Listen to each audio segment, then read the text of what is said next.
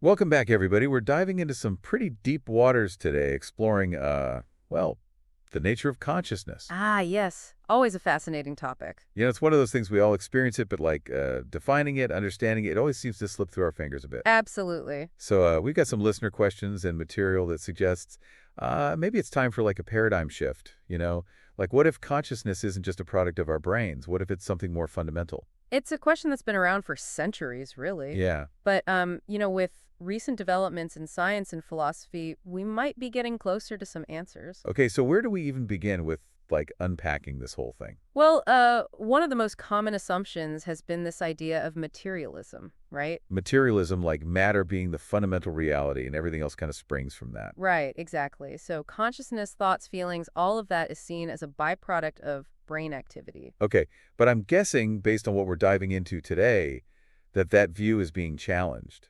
It is, and one of the most articulate critics of materialism is philosopher Bernardo Kastrup. Okay, He makes a really interesting point. He says, just because we observe correlations between brain activity and mental states, that doesn't automatically prove causation.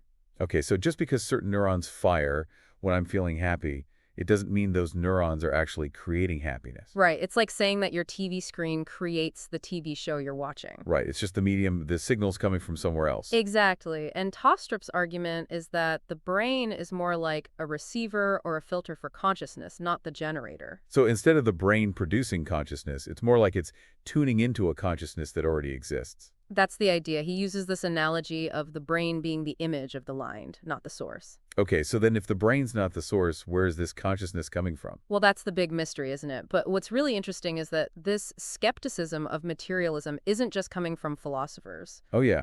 Even physicists like Max Planck, considered the father of quantum physics. Yeah. Well, he actually pondered this very question. He said, and I quote, "I regard consciousness as fundamental. I regard matter as derivative from consciousness." Wow, that's quite a statement from a pioneer of science. So we're talking about a complete flip, right? Instead of consciousness arising from matter, matter emerges from consciousness. It's a radical shift in thinking, for sure, but one that's gaining traction. And when we start looking at certain phenomena through this lens, things get really interesting. Like, take, for example, dissociative identity disorder, DID. DID. You mean where one person seems to have multiple personalities? Yes, exactly. And it really challenges our typical understanding of the mind because you have one brain, Right. but multiple distinct centers of awareness, each with its own memories, thoughts, even physical characteristics. So how does one physical brain produce multiple streams of consciousness? That's pretty wild. It really is, and it could be seen as an example of the brain filtering different aspects of a larger consciousness, allowing them to manifest as seemingly separate individuals. Like different channels on one radio? Kind of like that, yeah. Okay, I think my mind is officially starting to bend a little bit here. And you mentioned something about DIEG in dreams? Oh, yes. There's research showing that different alters within the same person can share the same dream, interact within it, and even experience physical sensations from the dream. Wait, so they're like having separate experiences but within the same dream space? Exactly. It's as if they're experiencing different perspectives within a shared reality. That's incredible. It's almost like different parts of a single consciousness experiencing the same underlying reality just from different angles. And that leads us to another piece of this puzzle, psychedelic experiences. Okay, I'm intrigued. Psychedelics are known for their ability to dramatically alter consciousness, right? Yeah. But here's the thing. Often these alterations happen alongside a decrease in brain activity, not an increase. Wait a minute. Less brain activity equals more intense conscious experiences? How does that work? It seems paradoxical, right? But Kastrup suggests this reduction in brain activity might actually be reflecting a weakening of what he calls the dissociative barriers within consciousness, those filters that normally create our sense of separation from everything else. Oh, I see. So it's like psychedelics are temporarily lifting the veil, allowing us to experience a wider, more interconnected reality. That's the theory. And this is where things get even more interesting because we've been talking about philosophy, psychology, Right. but there's a whole other realm of science that's starting to hint at the primacy of consciousness. Okay, I think I know where you're going with this quantum physics. You got it. All right, buckle up, everybody, because I have a feeling things are about to get really wild. Yeah, quantum physics, it's been like shaking up our understanding of reality for over a century. Yeah, And this whole thing about the role of the observer, right. it's mind-boggling. It really is. So you have these experiments, and they're suggesting that particles, they don't actually exist in a definite state Okay. until they're measured, observed by a conscious mind. So it's like the act of observation is actually participating in creating reality. That's what it seems to be pointing to, and it's a pretty profound implication. It is. And it's not just, some French theorists saying this either. Okay. You have physicists like Erwin Schrödinger. Schrödinger, wasn't he the one with that cat-in-the-box thought experiment? Yes, the Schrödinger's cat thought I experiment. vaguely remember that from college physics.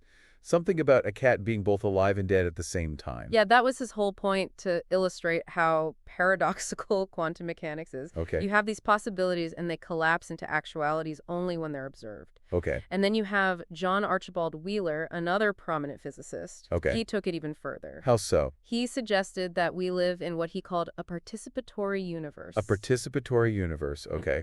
Where consciousness isn't just observing, it's actively shaping the very fabric of reality. Whoa. Yeah. So it's like we're not just watching the movie, we're actually like writing the script as we go along. That's a really good way to put it. It makes all those ancient spiritual traditions that talk about interconnectedness and the power of the mind, suddenly they seem a lot less far-fetched. Right. It's really fascinating. Yeah. You have the concept of Brahman in Hinduism, this ultimate reality, this cosmic consciousness that underlies all existence. Okay. It resonates with this idea. Yeah. And then in Buddhism, you have the concept of emptiness. Emptiness. Which basically points to how interconnected and interdependent reality actually is. It suggests that things lack inherent independent existence. Okay. So they're coming at it from these different angles, but they're arriving at a similar understanding. It's like science and spirituality are starting to meet in the middle. Exactly. And that raises a really important question. What's that? If consciousness really is more fundamental than we've thought, what does that mean? What are the implications? Well, I mean, for starters, it could completely change how we see ourselves in the world, right? If we're not just these isolated individuals with brains that are generating consciousness, Yeah. but we're actually expressions of this single interconnected consciousness that changes everything. It's a huge paradigm shift. It really is, and it could lead to a much deeper sense of empathy and compassion, Okay. because suddenly we're not separate, we're all interconnected part of the same fabric, Right. and it could even revolutionize our understanding of death. Okay, how so? Well, instead of thinking of death as the end of consciousness, Right. it might be more like a transition, a return to that source where it came from. Like a drop of water rejoining the ocean. Exactly. And here's another crucial point. If consciousness plays a role in shaping reality, as quantum physics suggests, what does that mean for our potential? Wait, are you saying we might have more power to shape our reality than we realize? It's definitely a possibility worth considering. If consciousness is this fundamental force, Yeah. maybe we haven't even begun to tap into its true power. Okay, that's pretty mind-blowing. It is. But how do we do that? Well, this is where things like meditation and mindfulness come in. Really, those are usually associated with like relaxation and stress reduction, not like reality bending? Yeah, that's true. Okay. But they're also really powerful tools for exploring the nature of consciousness. Okay. Because they allow us to quiet mind, the chatter of the mind, Okay. and connect with that deeper, more expansive awareness within. So it's like we're training ourselves to become more aware of that source of consciousness that we were talking about before, right? Exactly. And maybe through that deeper awareness, we can start to understand how to influence the signal that we're putting out into the world. It's like we're opening up this whole new dimension of reality, a reality where consciousness isn't just a passive observer, but an active participant in shaping the world around us. Okay, now my head is officially spinning. But this begs another question. Where does free will fit into all this? Oh yeah, the age-old question of free will. Are we truly making choices, or are we just playing out a predetermined script? Yeah, I have a feeling this is where things get even more philosophical. Definitely. Some argue that if consciousness is fundamental, then true free will is just an illusion. Okay. It's all predetermined unfolding according to this grand cosmic plan. That's a little fatalistic, isn't it? Like we're all just puppets on strings? Yeah, but others like Castrot, they believe that while we are these expressions of this universal consciousness, we still retain a degree of individual agency, Okay. the ability to make choices within the framework of that interconnected reality. So it's like we're not just cogs in a machine. We have the power to choose to act, to create. But our choices are influenced and maybe ultimately limited by that larger consciousness that we're a part of. Yeah, that's a tough concept to grasp. It is. It's like being an actor in a play. You have some freedom within your role, but you can't just completely rewrite the script. But who wrote the script? And can we improvise a little? That's what philosophers and scientists have been debating for centuries.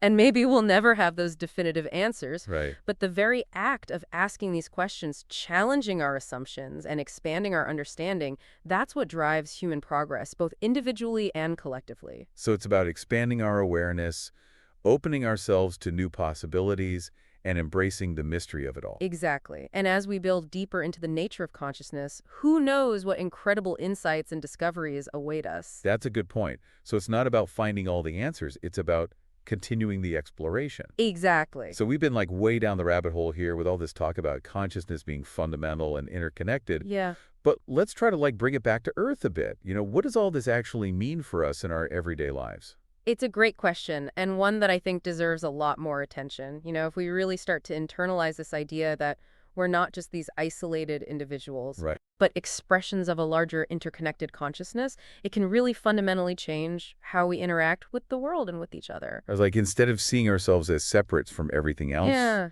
we start to recognize that web of relationships that connects us all. exactly. And I think that shift in perspective can naturally lead to more empathy, compassion, understanding. Right.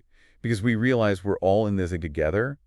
It's not just me against the world anymore. Exactly. And it helps us move beyond that kind of ego-driven mindset Yeah. where we're constantly focused on just our own needs and desires Yeah. and into a more collaborative way of being. It's interesting you say that because I've read a lot of research about how our well-being is like directly tied to our sense of connection and belonging. Oh, absolutely. There's a growing body of evidence about how detrimental social isolation and loneliness are. Right. Not just for our mental health, but our physical health as well. So it's like on a very real level, we need each other. We do, and it's not just about human relationships either. Okay. This interconnectedness extends to our connection with nature, the planet, even the entire cosmos. I remember reading this really powerful quote from Chief Seattle. Oh, yeah. He said, "Humankind has not woven the web of life. We are but one thread within it.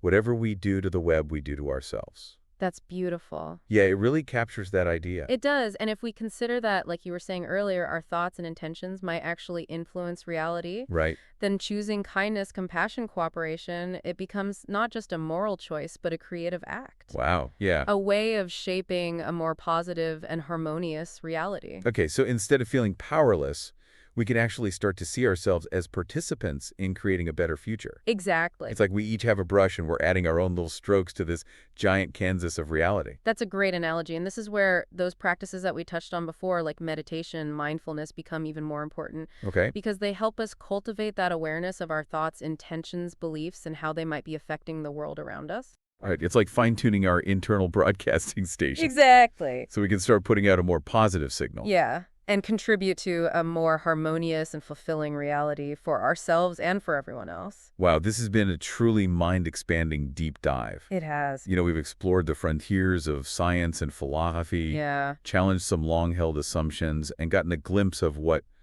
a truly profound shift in how we understand ourselves and the world could look like. I think so too. I'm walking away with a renewed sense of wonder, a sense of possibility, and just a deeper appreciation for how interconnected everything really is. That's wonderful to hear. And to our listener, we just encourage you to continue this exploration. Yeah. Keep questioning, keep exploring, keep expanding your awareness. Who knows what incredible discoveries await us as we unravel the mysteries of consciousness and its role in the universe. It's been a pleasure diving into these ideas with you. Likewise.